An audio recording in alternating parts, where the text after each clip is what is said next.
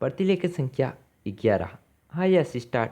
भाइयों, आखिरकार एक लंबे संघर्ष के बाद, जो कि मुख्य रूप से अहिंसात्मक था और जिसका नेतृत्व ऐसे विलक्षण व्यक्ति ने किया जो अहिंसा और सत्य को ईश्वर का पर्याय मानता था, परंतु स्वतंत्रता के किनारे पहुंचने के अंतिम चरण में भारत को खून की नदी में से होकर गुजरना पड़ा और यह नदी भारतीयों ने ही खोदी थी तथा इसमें भारतीयों का ही खून बह रहा था।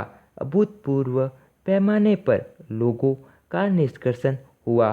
पुरुषों, स्त्रियों, बच्चों, बूढ़ों, बीमारों समेत 1 करोड़ व्यक्ति जिनके शरीरों से खून चूकर भारत की भूमि तक को रंग रहा था, भारत के एक ओर से दूसरी ओर गए। उन्होंने अपने पीछे न केवल मकान और जमीनें छोड़ी, बल्कि अपने घर के व्यक्तियों के मर्त शरीर भी छोड़े। स्वतंत्र भारत के किनारे तक पहुंचने के लिए देश को यह मूल्य चुकाना पड़ा और वह 2 प्रभुता संपन्न राष्ट्रों भारत और पाकिस्तान में विभाजित हो गया। यह 15 अगस्त 1947 की बात है। कांग्रेस ने, जो वास्तविक रूप से 1885 से भारत की राष्ट्रीय वाणी थी, हमेशा भारत की एक राजनीतिक इकाई के रूप में संकल्पना की थी।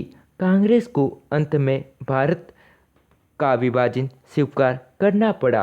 वैसे तो यह स्वीकृति सहमति से दी गई थी, परंतु वास्तविक रूप से देखा जाए तो यह ब्रिटिश शासकों द्वारा पिछले कई दशकों से उत्पन्न की गई परिस्थितियों के दबाव के कारण था।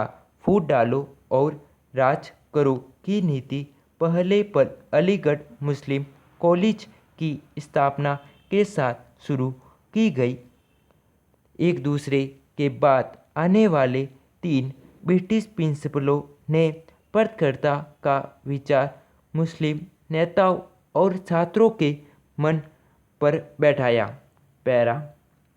सर सैयद अहमद को विभाजन मूलक विचारों को फैलाने के लिए उनसे हर प्रकार की मदद मिली।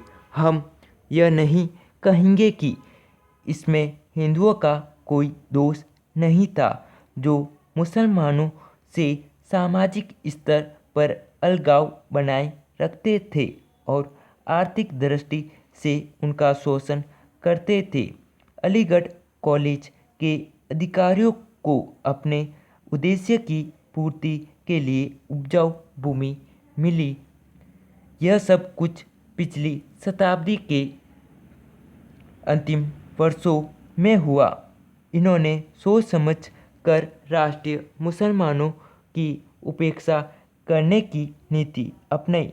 1947 में कांग्रेस के पास विभाजन स्वीकार करने के सिवाय कोई विकल्प नहीं था, विशेषकर गंभीर सांप्रदायिक झगड़ों के कारण, जो कि गृह युद्ध पर आबादी का रूप धारण कर रहे थे। जिन्ना ने यह सुझाव भी दिया था कि सांप्रदायिक आधार पर आबादी की अदला बदली की जाए।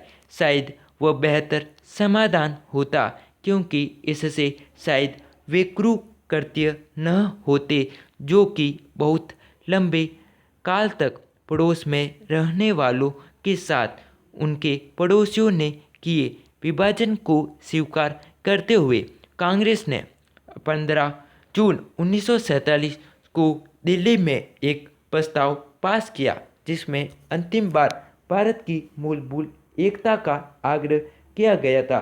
इसमें कहा गया था, पिछली 2 पीढ़ियों की श्रम और बलिदान की नहीं, बल्कि भारत का विस्तृत इतिहास और परंपरा भी इस मूलभूत एकता की साक्षी है। Full stop.